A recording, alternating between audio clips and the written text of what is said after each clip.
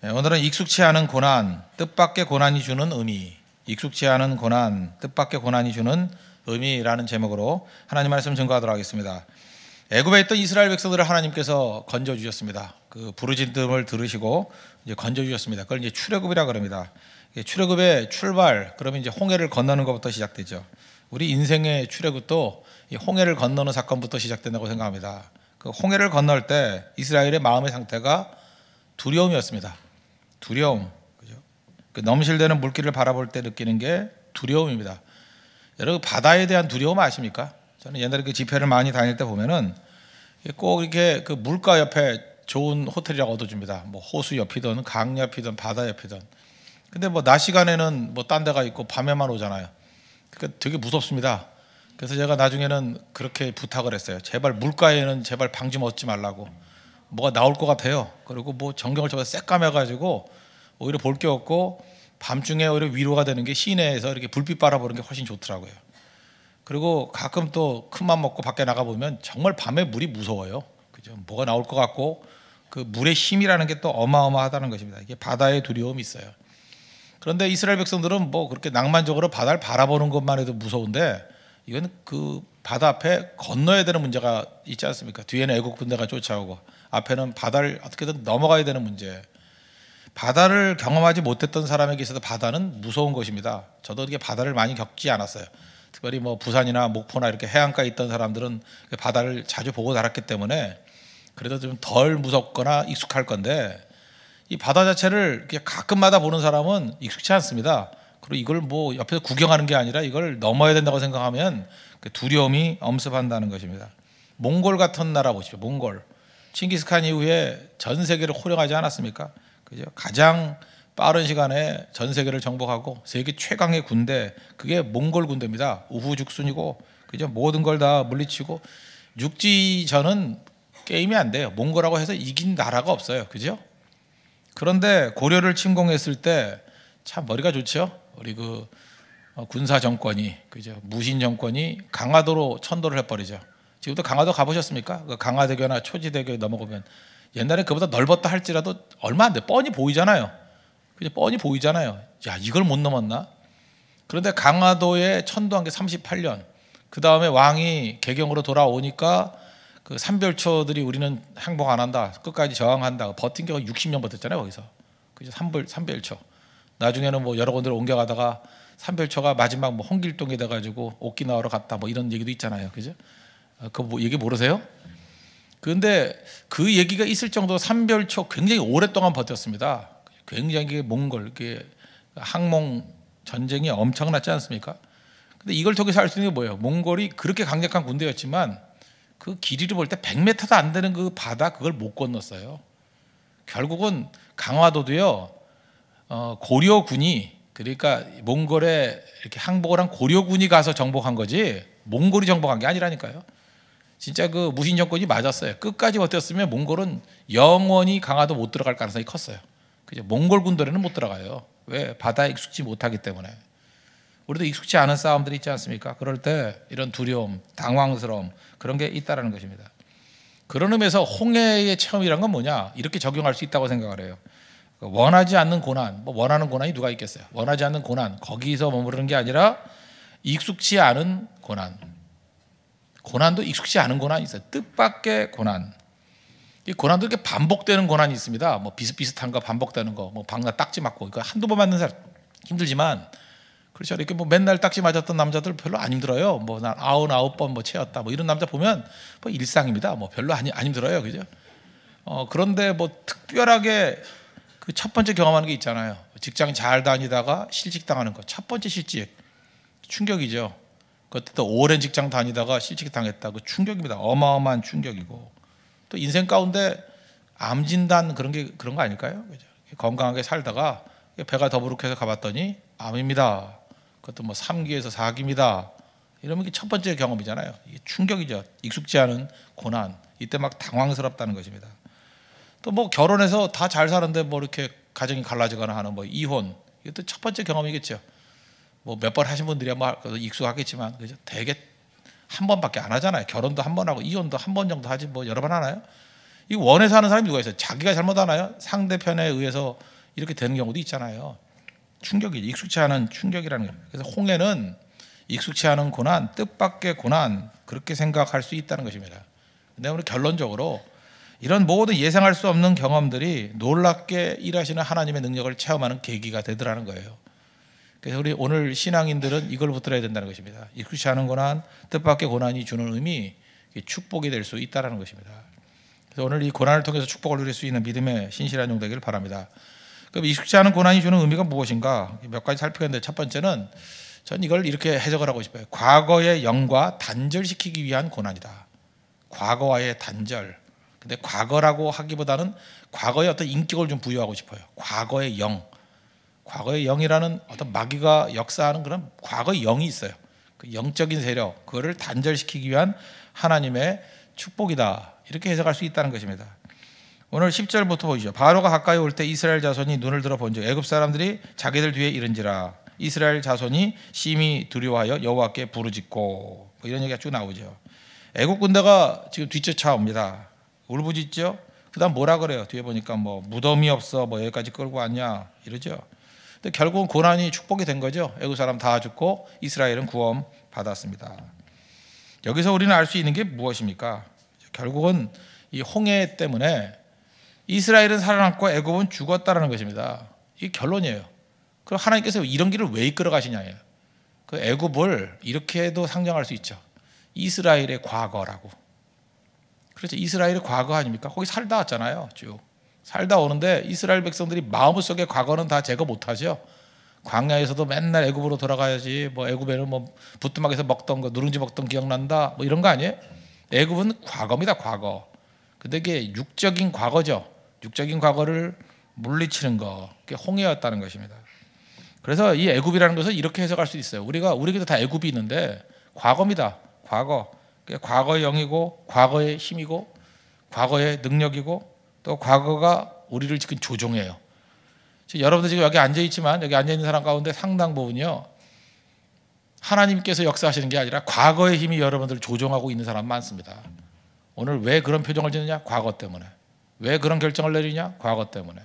왜 지금 멍멍거리냐? 과거 때문에. 왜 이렇게 교제를 제대로 못하느냐? 과거 때문에.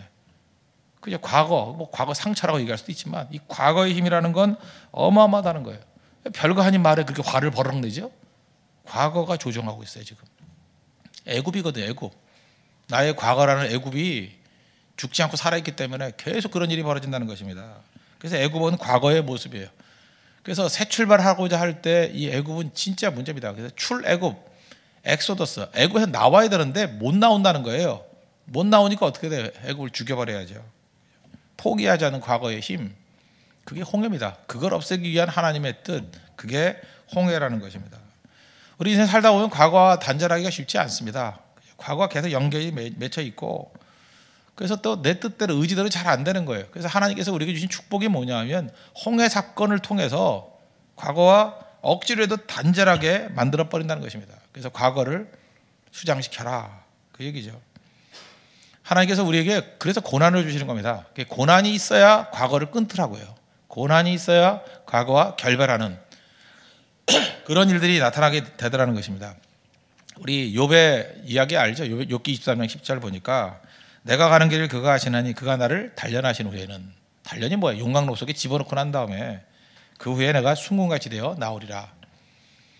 그 금이 이렇게 막 섞여 있을 때 거기 불순물이 있습니다. 그 어떻게 뽑죠? 핀셋으로 뽑나요? 핀셋으로?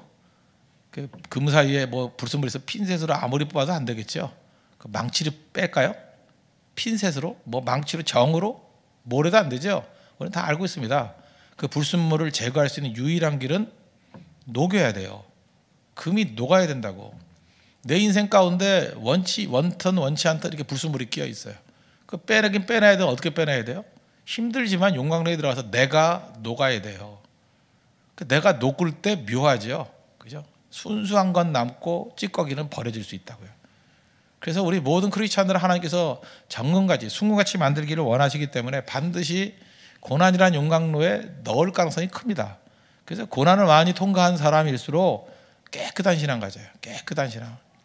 그리고 이게 나이가 들음에도 불구하고 그렇게 지저분한 사람도 있죠. 지저분한 사람은 뭐냐면 요리 빠지고 조리 빠지고 미꾸라지 같이 하여튼 고난에서 잘 빠져나가는 사람이 있어요. 그죠? 고난 없이 그냥 나는 평탄한 인생 살아왔어요. 뭐 만 가지 은혜를 받았어요. 그런데 더럽네. 그냥 그렇게 느껴져요. 왜 그러냐면 내가 원하든 원치 않든 불순물이 끼어 있거든요. 근데 그 불순물을 정화시키는 과정은 언제나 고난의 윤곽로를 들어갈 때 가능하다는 것입니다. 그래서 고난을 이렇게 생각하세요. 내 인생의 불순물을 제거하는 과정이다. 내가 녹기 전에는 절대로 불순물은 제거되지 않는다. 내 속에는 욕심, 사실 욕심도 이렇게 말씀 듣고 깨우침은 가지고 그래 버려야지. 과거도 잊어야지. 그럼 얼마나 좋겠어요. 그죠? 이렇게 이론적으로 좋아요. 그냥 말씀 듣고 변화되면 참 좋겠다. 그런데 사실 말씀 듣고 변화되기보다는 말씀을 듣고 말씀을 무장해놓고 용광 속에 들어가는 거예요. 그럼 죽지 않아요. 타 죽지 않아요. 나는 살고 불순물은 다 타서 없어지는 그런 일이 벌어지기 시작한다는 것입니다. 이렇게 끊기 힘든 과거라는 애굽을 끊었던 뭐 여러 예가 있겠지만 그냥 제가 좋아하는 사람 뭐 예를 들을게요. 서세원이라고 개그맨 있죠. 저는 개그 프로를 좋아하니까. 서세원의 아내가 그 서정희 씨라고 아십니까? 제가 대학 다닐 때까지만 굉장히 멋진 모델이었어요. 그러니까 그 당시 제일 예쁜 여자 그러면 서정희였어요. 서정희가 되게 예뻤거든요. 근데 서세원 같이 이렇게 앞니 튀어나온 애가 왜 결혼을 하나? 우리는 참 가슴 아파했던. 여러분들 그 배용준 결혼할 때 아줌마들이 지금 가슴 아파하죠. 왜 결혼하나? 이런 느낌이 들듯이 제 또래들도 그랬습니다. 서정희 저거 왜 결혼하나? 그냥 당연한 건데 원래 연예인이 그렇잖아요. 서세원의 아내가 되었습니다. 이분이 근데 신앙이 굉장히 좋은 분이라고 알려졌습니다. 신앙이 처음부터 처녀 때부터 신앙이 굉장히 좋았대요. 2008년인가 나왔던 책이 있어요. 그 서정희의 주님. 책도 참 간단해. 주님인데 주님. 그냥 헷갈리니까 서정희의 주님이라는 책이 나오는데 자기의 무슨 자서전 같은 얘기죠. 자서전 같은 얘기인데 자기가 이제 예쁜 모델이었다는 것입니다. 근데 이제 남편 서세원을 만나서 결혼을 했어요. 근데 여러분가 아다시피 개그맨들이 굉장히 머리가 좋습니다. 그 제가 1대 100 이런 거 있죠. 1대 100 그 퀴즈 풀어 보니까 그 마지막까지 통과했던 사람 가운데 개그맨이 압도적으로 많아요. 그 박지선 통과했고요. 그죠? 그다음 그 뚱뚱한 남자 또 누구예요? 그 김준현 말고 유민상도 끝까지 가고요. 그러니까 이게 개그맨들이 머리가 좋은 거예요. 머리가 좋으니까 웃기죠. 그 유머가 아무나 유머가 있는 게 아니에요. 알아요? 그 유머가 있다는 건 머리가 좋다는 얘기고 유머를 해도 웃지도 않는다는 건 돌머리란 뜻이에요. 돌머리란 뜻 알아요? 이해가 안 되니까 웃지도 않는 거지. 그러니까 유머를 영접도 아무나 영접하는 게 아니에요. 머리가 좋아 영접이 되는 거지 그게. 그거 가슴 아프게 생각해야 되는데 지들이 돌머리인 거 모르고 웃지도 않고 팔짱 끼고 앉아서 불쌍한 표정 짓고 있고 그러면 안 되죠. 서세원 되게 머리 좋은 사람이에요. 서세원이 여러분들 연세 드신 분들 알겠지만 지금의 유재석 정도의 영향력이 있는 사람이었습니다. 무슨 방송 나가기만 하면 최고의 프로그램이 되는.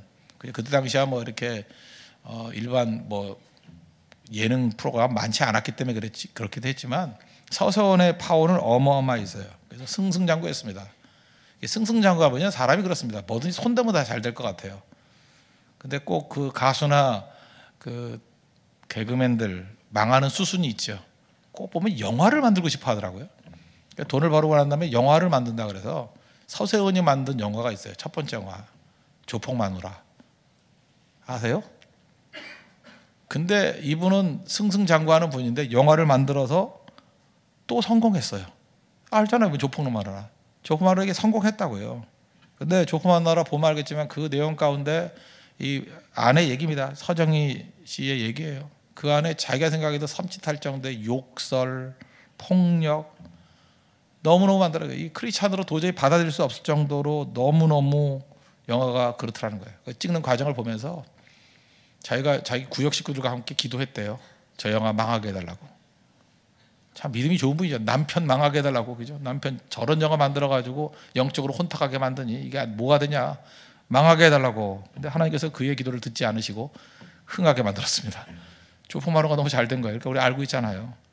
그 다음에 이제 서세원 씨는 점점 교만해져가지고 그죠? 승승장구하니까 뭐 안 되는 게 없잖아요. 뭐라든 다 잘 되니까 조폭마누라 막 시리즈로 막 나오잖아요. 잘 되더라는 거예요. 근데 그것이 고난의 서곡이었다, 그렇게 얘기를 합니다. 그 다음에 조품 마누라 이제 시리즈 이후에 나온 게 뭐냐면 긴급조치 19호라는 영화를 또 찍었어요. 여러분 아다시피 지금 아무도 그런 영화가 있는지 모르죠. 예, 그 얘기는 뭐냐 하면 망했다는 얘기입니다. 망했다. 아주 나쁜 영화였대요. 나쁜 영화 19금 그런 영화일 뿐만 아니라 내용도 나쁜 영화였대요. 그래서 망했답니다. 이 서세원 씨가 충격을 받았다는 거예요. 이 시대의 흐름을 서세원 씨만큼 잘 아는 사람이 없다라고 방송계에서도 알려졌대요. 똑똑한 사람이에요, 그죠? 흐름을 잘 알고, 그죠? 이게 똑똑한 사람이니까 이렇게 무너질 리가 없거든요. 근데 저 사람이 웬일인가 할 정도의 사실 이 실패가 충격적이었답니다. 무너졌다는 거예요. 그때 처음. 뭐 그래도 사람이 한 번 무너진다고 되나요? 근데 그 이후에 고난이 연속으로 오더라는 거예요. 연속으로. 도박 파문 이런 거 들어보셨어요? 도박했다고. 근데 이제 아내니까 이제 뭐 해명을 하는 거죠. 도박 안 했대요. 자기 남편 도박 안 했고 마카오 갔다 그러는데 마카오 간 적도 없대요. 그런데 방송사에서 가가지고 마카오 뭐 카지노 지배인이라는 사람이 인터뷰를 했는데 뭐 자주 오는 사람이었다 이렇게 얘기했다는데 간 적도 없대요. 실제로 여권에 찍힌 적도 없고. 근데 사람들이 이렇게 매도하더라는 거예요. 그 다음에 PD에게 뇌물 줬다. 자기 방송 많이 나오게 하려고. 근데 그 말이 안 된다는 거예요. 지금의 유재석 같은 사람이 뇌물 주고 나가겠어요? 서로 모시려고 그러지. 그 정도 인기 있었으니까. 이것도 제가 볼 때 그 아내의 말이 맞는 것 같아요. 서세원 씨 뇌물 주고 방송 출연할 정도 아니었어요. 인기가 너무 좋아서 서로 불렀거든요. 그러니까 이것도 좀 그렇다 그러고 여러 가지 뭐 조사받고 그런 일들이 많이 있었다라는 것입니다. 고린도전서 10장 13절을 보면은 하나님께서는 감당할 시험밖에는 주시지 않는다 그랬는데 이 감당이 안 되는 시험이 막 오기 시작하더라는 거예요. 그리고 항상 그 어려움이 있고 그래서 남편이 이 검찰의 허락을 받아가지고 홍콩에 가는데 또 방송에서 뉴스에서 나오더래요. 서세원 해외 도피 아니었대요. 허락 다 받고 간 건데 방송 그렇게 나오더라는 거예요. 그래서 자기는 그 기자와 방송 믿지 않는다고 말도 안 되는 얘기들 그냥 막 얘기를 하는데 어디 가서 하소연을 할 때도 없고 그냥 앉아서 당하는 수밖에 없더라는 거예요. 그래서 자기 집 앞에 맨날 그 방송 기자들 막 있으니까 그분 표현이 이랬습니다. 불도 켜지 못한 채 기도했대요. 불 켜 있으면 그걸 찍는데요. 제 아내가 있다, 누가 있다. 그래서 불도 꺼놓고 불 꺼놓고 그러면서 종일 기도해. 종일. 얼마나 고난이 깊은지. 그 다음에 시간이 지나니까 악성 루머가 퍼지는데, 그죠? 드디어 서세원 아내 처정이가 미쳤다. 집에서 미쳤다라는 소문이 뭐 돌고. 그 다음에 두 사람 나이 차이가 좀 있는가 보죠. 뭐 원조 교제하다가 뭐 만나서 결혼한 거다. 뭐 이런 소리 나고. 아들이 나중에 이제 미국에 그 보스턴에 고등학교 다녔는데 뭐 기부 입학한 거다. 거기 있는 애들 다 교복 다 사줘가지고 입학시켜 준 거다. 근데 그 학교는 교복이 없대요. 근데 뭐 그런 것도 얘기를 하고. 그 다음에 딸이 MIT 거기도 이제 보스턴 되게 좋아하는 거 봐요. 거기 갔는데 기부 입학했다 그러는데 정식으로 들어갔다. 뭐 그런 해명이에요. 여러 가지. 그러니까 고난이 뭐 한 6년 7년 끊임없이 오더라는 거예요. 근데 이분이 그래서 믿음이 굉장히 깊어진 거죠. 남편을 위해서 간절히 기도하는데 남편의 가장 큰 문제가 뭐였냐면 그 욕의 영이래. 욕의 영. 그렇게 욕을 좋아한대요. 막 이런 쌍욕들 있죠. 욕. 그 영화에도 그 욕을 많이 집어넣고. 제가 봐도 그래. 그 친구라는 영화에도 욕이 많지만 사실 조품만으로 그때부터 욕이 시작된 것 같아. 욕이 어마어마한 욕. 여러분 요즘에 그 욕 많이 하는 영화 좀 거부해야 됩니다. 그게 욕의 영이라는 게 있다는 거예요. 욕의 영. 간절히 기도하는 가운데 뭐 자기가 환상인지 모르지만 자기 남편의 몸에서 이게 욕의 영이 나가는 게 보이더래요. 드디어 과거 영이 나가는 게 보이더래요. 그 책에 나오는 얘기예요. 나가는 게 보이더래요. 그러고 난 다음 며칠 있다가 남편이 석방됐답니다. 구속됐다가. 그래서 이렇게 회복되는 얘기들, 그런 얘기들이 쭉 나와요. 그러면서 하는 얘기가 뭐냐? 남편의 과거에 매여 있는 그런 그 끈들이 있죠. 버리지 못하는 것들, 교만함들, 욕의 영들, 뭐 이런 것들. 그것들을 하나님께서 없애기 위해서 홍해 건너게 만드시, 홍해 지나가게 만들어. 홍해를 통해 가지고 중요한 거는 다 건져내고, 홍해가 특징이 뭐예요? 이스라엘은 살리고 애굽은 죽이는 거죠. 우리도 마찬가지예요. 우리 자신은 살리고 우리 과거라는 것은 죽여버리는, 수장시키는, 그게 홍해라는 거예요. 이 구속당하고 어려움 당하면서 이 서세원 씨가 고난 중에 믿을 거는 아내밖에 없다, 이걸 깨달았대요. 다 떠나가잖아요. 근데 아내는 끝까지 남아서 기도해주고 끝까지 믿어주고 아내밖에 없다. 또 하나, 그 아내에 하나님이 있구나. 아내밖에 없다. 아내는 하나님 믿고 있으니까 그 하나님이 계시는구나. 두 가지 붙들었다는 거예요. 그리고 또 구속돼서 나와가지고 또 영화를 찍었대요. 또 안중근이라는 영화. 안중근 들어봤어요? 이게 또 망한 영화예요. 망한 영화. 안중근. 나도 그런 거 있는지도 모르겠는데 이제는 아내의 말을 들어가지고 아내가 조건을 했대요. 첫째, 이 영화 만들 때는 욕을 넣어서는 안 된다. 그랬더니 끄떡끄떡 욕을 넣어서는 안 된다. 그 다음에 하나님을 찬양하는 얘기가 나왔으면 좋겠다. 그 다음에 세 번째는 영화 배경음악이 찬송가가 됐으면 좋겠다. 그랬더니 그 서선 씨가 그러더라는 거예요. 그러면 그 영화 망한다고. 그럼 옛날에는 뭐 집어넣어서 안 망했냐고. 그랬더니 또 이게 착해졌는가 봐요. 그 아내 얘기를 들었어요. 그죠? 아내 얘기를 들어서 이게 다 넣었는데 역시 자기 믿음대로 됐어요. 망했어요. 예, 망했다고요. 그런데 그걸 통해서 나중에 서세원 씨가 목사 됐다면서요. 난 몰랐는데 그죠? 목사가 되고 변화됐다. 그게 2008년까지의 얘기예요. 그런데 요약한 얘기는 뭐냐 하면 그거예요. 인간이 의지 갖고 이제 조언 갖고 환경 갖고 절대로 뽑지 못할 부술물이 있더라는 거예요. 언제 뽑아요? 홍해를 통해서. 극심한 고난을 통해서 그게 쭉 빠져버리더라는 거예요. 그래서 깨끗해졌다는 거예요. 그죠? 불순물이 다 빠지고 믿음이 깨끗해졌다는 거예요. 하나님께서 그렇게 일하신다는 거죠. 홍해의 특징이 뭐예요? 나의 과거 버려야 될 것은 다 수장시켜버리고 생명만 딱 건져내는 거라고. 오늘도 여러분 예배드리는 성도 가운데 지금도 버리지 못하는 과거에 있는 분들 그 홍해를 통해서 버리십시오. 고난은 그런 거예요. 버리지 못하는 걸 버리게 만드는 힘이 있다라는 것입니다. 그래서 결국은 점검되게 만든다는 거예요. 하나님께서 우리를 부르십니다. 홍해 중앙으로, 바다 중앙으로 불러요. 근데 이스라엘만 부르나요? 애굽 군대도 같이 오잖아요. 같이 부르는 거예요. 같이. 그래서 우리는 그러죠. 지긋지긋하다 이놈의 과거. 지긋지긋하다. 다 들어와서 홍해 한 복판에서 이스라엘은 건져내고 애굽은 죽이는 거예요. 그게 홍해의 축복이고 홍해의 기적입니다. 여러분 삶의 홍해에서 이 홍해라는 고난을 통해서 생명을 살리고 과거는 다 죽일 수 있는 믿음의 종 되기를 바랍니다. 그래서 13절 하반절에 뭐라 그랬어요? 너희가 오늘 본 애굽 사람을, 이걸 과거라고 봅시다. 오늘 본 애굽 사람을, 과거를 영원히 다시 보지 아니하리라. 여러분 믿습니까? 다 끊어버리고 이제는 다시는 보지 아니하는, 그리고 새로운 삶으로 출발할 수 있는 우리 믿음의 신실한 종 되기를 바랍니다.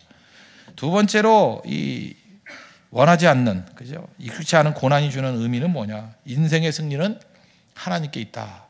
승리는 하나님께 있다. 그걸 보여주는 거죠.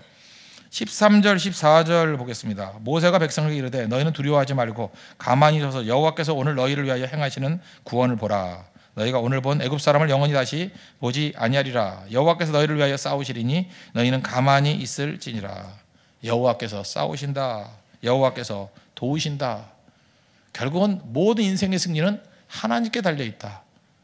뻔한 것 같죠? 이걸 깨닫는 게 중요하다고요. 홍해는 이걸 깨닫게 만든다는 것입니다. 힘이 있을 때는요, 여러분 그래도 나름대로 힘이 있죠.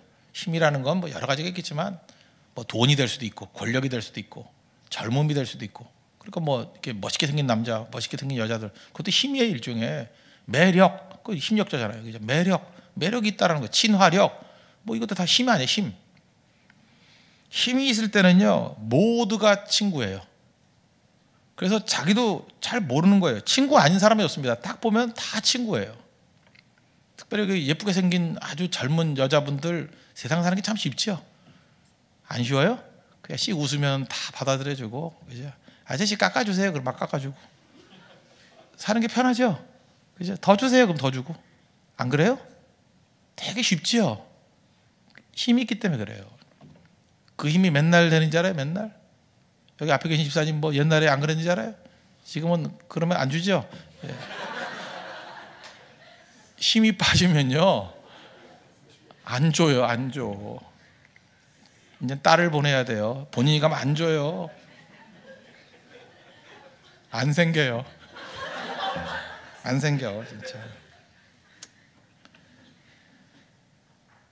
힘이 있을 때는요 착각에 빠져요. 내가 참 좋은 사람이구나 이런 생각을 해. 내가 참 좋은 사람이구나. 야 내가 참 인기 있는 사람이구나. 왜? 내가 가는 곳마다 다 환영받거든.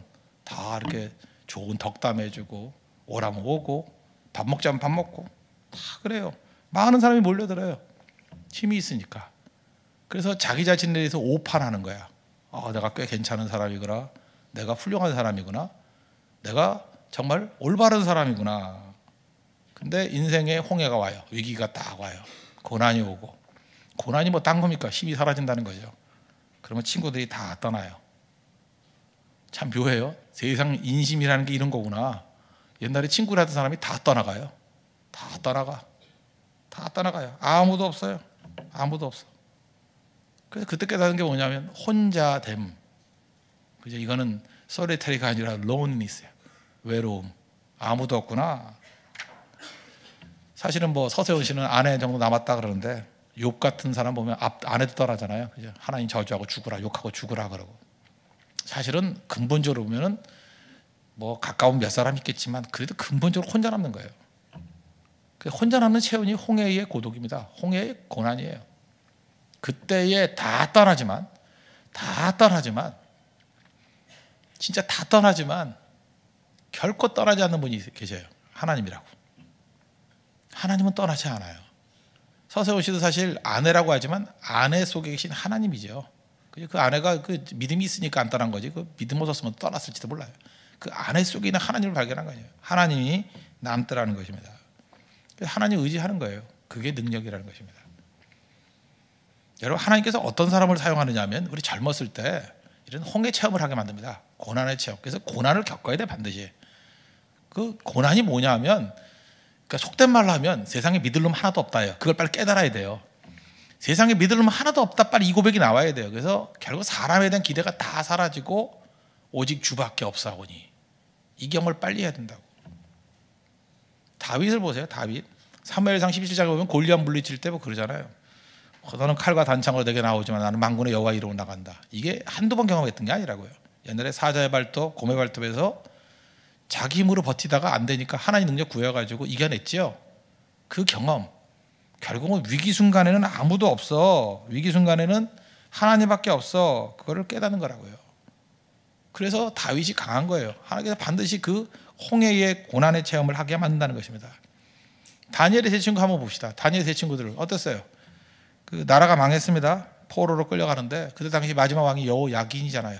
여호야긴 눈 뽑히고요. 묶여가지고 개 끌려가듯이 끌려갔어요. 바벨론에. 그러니까 여러분들, 나라가 우리를 보호해주고 있다는 거 아시죠? 나라 없어 보면요, 소속감이 없는 건 또 어느 나라인지 가면 나라가 없다고. 여권도 없고 어디 갈 길이 없잖아요. 그죠? 지켜줄 자가 아무도 없다는 거예요. 그때에 이 다니엘과 다니엘의 친구들이 깨달은 게 뭐냐면 인생을 결정짓는 것은 하나님이다. 그거 붙은 거예요. 인생을 결정짓는 하나님이다. 그래서 모든 거 다 버린다 할지라도 나는 결코 주님을 버리지 않을 거야. 그러니까 풀무불에 집어넣는다 그러잖아요. 우상에게 절하지 않으면 풀무불에 집어넣는다. 그때 다니엘서 3장 18절에 그렇게 하지 아니하실지라도, 옛날에 번역이 더 좋은 것 같아요. 그리 아니하실지라도 왕이여, 우리가 왕의 신들을 섬기지도 아니하고 왕이 세우신 금신상에게 절하지 아니할 줄을 아옵소서라고 통보해 버리잖아요. 이 소년들이 깨달은 게 뭐냐면 나라 망하고 끌려오면서 우리 하나 깨달았다라는 거예요. 하나님 한 분 외에 다른 거 의지하는 거 아무 소용없다는 거 깨달았다. 그 끈까지 놓치면 난 인생에 살 의지가 없어요. 지금도 답답한 성도들이 있는데, 우리 젊이들 가운데도 내가 볼 때 집안도 별로 안 좋아요. 뭐 많이 배운 것도 없고 돈도 없고 뭐 하여튼 여러 가지 조건이 하나도 안 좋아요. 그게 사실 복일 수 있거든요. 그 안 좋은 상태까지 가기 위해서 어떤 사람은 고난이 필요한데 이 사람은 그냥 알아서 고난이 인생에 임해 있어 이미. 그리고 얼마나 인생이 빠른 거예요? 그죠? 조기 성공한 거죠. 이제 조기 성공한 거야. 그러면 이제는 한 가지만 깨달으면 되잖아요. 하나님이라는 줄 하나 붙들고 살아야 돼. 그래서 무슨 협박이 오든지 무슨 난간이 오든지 그리 아니하실지라도 난 오직 하나님밖에 없어요. 그럼 그 사람 사용해요. 근데 정말 안타까운데 아무것도 없어요. 근데 하나님 끈을 포기해. 죽겠다고 작정한 거죠. 죽겠다고 작정한 거 아니에요. 오히려 땅끈이 빨리 없어져야 된다니까요. 없어져야 되고 오직 하나님이란 끈 하나만 있으면 된다니까요. 세상에서 가장 위험한 선택은요, 주님 떠나는 선택이에요. 주님 떠나는 선택. 세상에서 가장 어리석은 선택은 뭐냐면 예배 떠나는 선택이에요. 아, 너 힘들어서 예배 못 드리겠어요. 아, 힘들어서 새벽기도 안 나올래. 나 이제부터 새벽기도 안 나가. 이게 가장 최악의 결정이에요. 여러분 인생의 최악의 결정. 여러분 인생이 한 200단계는 떨어지는 결정이에요. 나 이제 예배 안 드려. 죽는 결정이라고요. 그래서 결정적일 때, 가장 힘들 때 주님이랑 끈, 하나님이랑 끈 하나 붙으십시오. 그럼 일어서게 된다는 것입니다. 그게 홍해가 우리에게 주는 메시지예요. 그죠? 익숙치 않은 고난이 왔을 때 하나님 하나만 붙들고 있으면 돼요. 끝까지 그 줄 놓치지 마. 예배의 줄 놓치지 마십시오. 기도의 줄 놓치지 마십시오. 반드시 승리해요. 그런 사람이 다윗 된 거고, 그런 사람이 다니엘과 그의 친구들 된 겁니다. 인생을 결정짓는 유일한 변수, 상수는 변수 없고 상수는 하나님뿐이 없다. 그걸 붙드는 믿음의 신실한 영 되기를 바랍니다. 세 번째는 승리는 하나님이 주시는 거지만 승리를 위해서는 우리가 취해야 될 순종이 필요하다는 것입니다. 15절 16절 여호와께서 모세에게 이르시되 너는 어찌하여 내게 부르시느냐 이스라엘 자손에게 명령하여 앞으로 나아가게 하고 지팡이를 들고 손을 바다 위로 내밀어 그것이 갈라지게 하라. 이스라엘 자손이 바다 가운데서 마른 땅으로 행하리라. 지팡이 들라. 하나님이 일하십니다. 그러나 인간이 해야 될 일이 뭐냐면 지팡이를 뻗으라. 지팡이를 들라. 그건 해야 된다. 지팡이를 들라. 너무 감사한 게 뭐냐면 지팡이 드는 거는요, 아무리 나이가 들어도 할 수 있죠. 나이 들다가 지팡이 못 들어요? 원래 지팡이는 나이 드신 분이 들고 다니는 거 아니에요. 그죠? 지팡이는 나이 들어도 들 수 있잖아요. 주님께서 그거 하라는 거예요. 그거 지팡이 들라는 거예요. 지팡이 들라. 가장 쉬운 거 그거 하라는 거예요. 하나님이 하라는 거, 일상의 일을 하라는 거예요. 다윗 얘기를 든다 그러면 다윗이 예를 들어서 골리앗이 있으면 그냥 선포하면 되죠. 너는 칼과 단창으로 나오지만 나는 만군의 여호와 이름으로 나간다. 죽어라. 그럴 때 하늘에 벼락이 짜장 해서 두개골이 쪼개지면서 죽었다. 그러면 멋지지 않아요? 근데 하나님 그렇게 안 하셔요. 너는 칼과 단창으로 나오지만 나는 만군의 여호와 이름으로 나간다. 그리고 물맷돌을 던졌을 때 이마에 맞아 죽는 거라고요. 그러니까 그거에 순종을 해야죠. 돌멩이 던지는 순종은 해야죠. 우리가. 그 다음에 지팡이를 드는 순종은 반드시 해야 된다는 것입니다. 그러니까 지팡이를 든다는 게 뭐예요? 나이 들어도 할 수 있는 쉬운 일이에요. 일상의 순종이에요. 돌이 뭐예요? 돌. 일상적으로 맨날 하던 거라고. 삶의 연속이라고요. 이런 거 꾸준히 할 때 능력이 나타난다는 거예요. 여러분 같으면 뭐예요? 일상의 순종이 뭐예요? 새벽기도 열심히 나오고, 일도 가라면 일도하고, 성교 가라면 성교하고. 그게 일상의 일상. 그런 일상의 순종을 통해서 하나님 의지하면 주님이 그거를 지렛대로 삼으셔가지고 크나큰 승리 주신다는 거예요. 일상의 중요성이죠. 승리는 하나님이 주시지만 일상적으로 이렇게 꾸준히 서 있는 사람을 통해서 하나님이 일하신다는 것입니다. 그래서 지금도 그래요. 뭐 하나님께서 크게 쓰실 사람들은 새벽기도 와보면 거기 다 있어요. 그냥 가끔마다 발작적으로 믿는 사람이 있죠. 뭐 열심히 나왔다 왔다 몇 달 안 보였다가 이런 사람들은 그 발작을 고치는데 오랜 시간이 걸려요. 그 발작을 고치는데 그게 일종의 영적 간질병이거든요. 그 발작을 고치는데 오랜 시간이 걸린다고. 그러니까 꾸준히 하는 사람을 통해서 하나님께서 일하신다는 것입니다. 다윗에 대해서 요즘에 묵상을 해보는데 제가 이제 다윗이라고 생각해서 그래서 성경을 쭉 보니까 이건 이제 계시 의종 사색이라 그러는데 거의 맞는 것 같아요. 내가 진짜 궁금했던 게 뭐냐면 주석에도 안 나오고 일반 책에도 나오질 않는데 요즘에 느낀 게 뭐냐면 내가 다윗의 입장에서 한번 생각을 해봤어요. 왜 다윗은 어머니 얘기를 한 번도 안 했을까? 다윗의 아버지가 이새라는 걸 알겠는데 이새 어머니 이름 알아요? 이름을 모를 뿐더러 어머니에 대한 언급이 한 군데도 없어요. 정말 신기하지 않아요?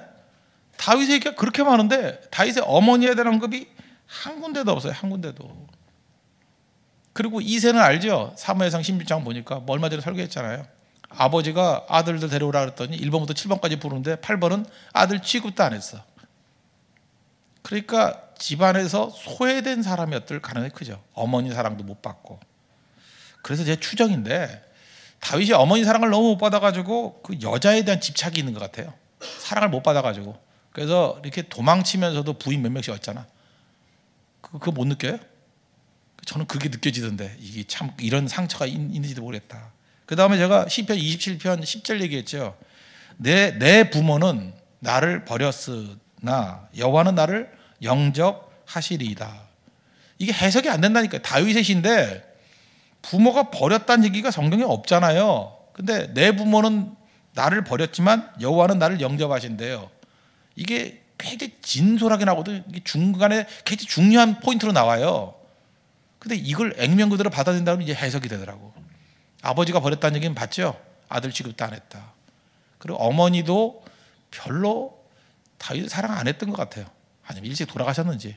하여튼 어머니 얘기가 없어요, 전혀. 근데 일찍 돌아가시면 또 그리워하는 게 있을 거 아니에요. 사모곡이라도 불러야 되는데 그것도 없어. 그렇다 그러면 뭔가 이제 문제가 있는 거죠. 근데 이게 또다시 축복이었다는 것입니다. 다 떠나가고 아무것도 없고 혼자 있을 때 다윗은 하나님 바라보는 힘으로 삼았다는 거예요.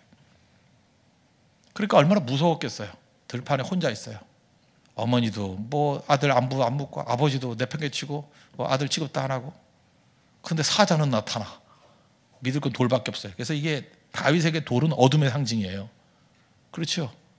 하나님이 돌을 통해서 나를 지켜줘. 그거밖에 없잖아요.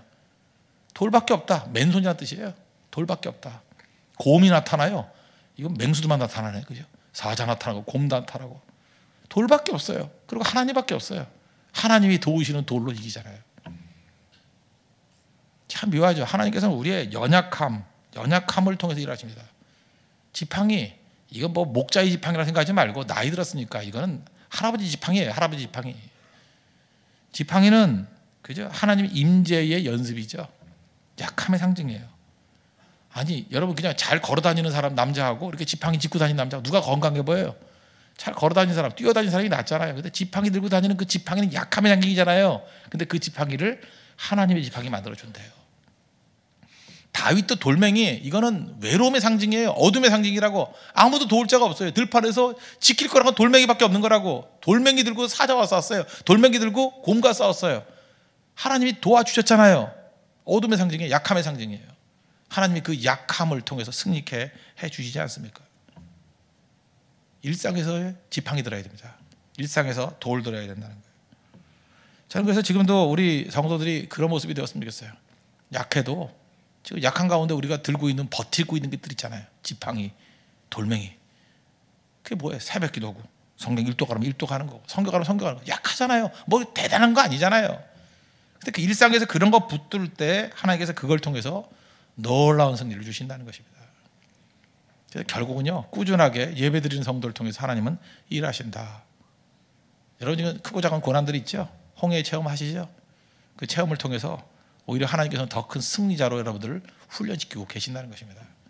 이 훈련 다 받고 난 다음에 14장 31절 한번 보세요.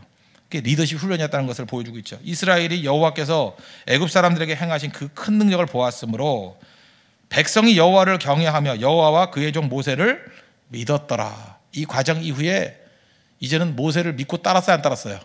믿고 따르게 되는 리더십이 생기더라. 여러분도 마찬가지입니다. 고난이, 홍해라는 고난이 극복하는 과정을 통해서 여러분들이 영향력이 생겨요. 리더십이 생겨요. 이제 사람들이 진짜 옛날에 뭐 힘이 있을 때 따랐던 그 정도가 아니라 하나님이 보이시는 능력을 가지고 따르는 종들이 된다는 거예요. 이게 진짜 스피리추얼 리더십입니다. 이런 하나님의 백성이 되는 믿음의 종되기를 바랍니다. 옛날엔 돈 때문에 모였습니다. 뭐 미모 때문에 모였습니다. 그거 다 가짜예요. 사라지면 다 없어지는 거예요. 근데 이제 하나님이 부어주시는 승리를 맛보고 나면, 홍해의 이런 고난을 통과하고 나면 이제는 하나님의 사람으로서 믿는 믿음이 생기고요, 하나님이 모아주는 진정한 친구들이 세워지게 된다는 것입니다. 이게 하나님이 일하시는 방식이라는 거예요. 하나님께서 일하시는 이런 능력과 은혜를 체험하는 믿음의 종 되기를 바랍니다. 말씀의 결론 맺겠습니다. 오늘 뭐 3가지 얘기했는데, 홍해라는 것은 익숙치 않은 고난이다, 또는 뜻밖의 고난이다. 그리고 애굽이라는 것은 우리 과거죠. 홍해의 고난을 주시는 이유가 뭐냐? 과거의 영을 단절시키기 위한 것이다. 그죠? 홍해에서, 여러분 홍해라는 고난에서 과거를 다 수장시켜버리고 새롭게 출발하는 믿음의 종 되기를 바랍니다. 그리고 홍해에서 우리 깨달은 게 뭐예요? 인생의 승리의 관건은 하나님께 있다. 모든 거 다 끊어진다 할지라도 하나님만 붙드는 믿음의 종 되기를 바랍니다. 그리고 3번째, 승리는 하나님이 주시는 거지만 우리에겐 작은 순종이 필요하다고 그랬죠? 그 순종이 뭐예요? 있는 자리에서 지팡이 드는 거, 있는 자리에서 돌 드는 거, 날마다 새벽기도 하고, 날마다 선교하고, 날마다 1도 가라면 1도 가고, 있는 길에서 순종의 길을 걸어갈 때 하나님께서 그걸 통해서 우리를 리더십을 키워주실 뿐만 아니라 우리가 상상도 못할 크나큰 승리의 길로 이끌어 주실 것입니다. 그런 승리를 맛보는 믿음의 종 되기를 축원합니다. 자리에서 일어나겠습니다. 약할 때 강함 대신에 찬양하겠습니다.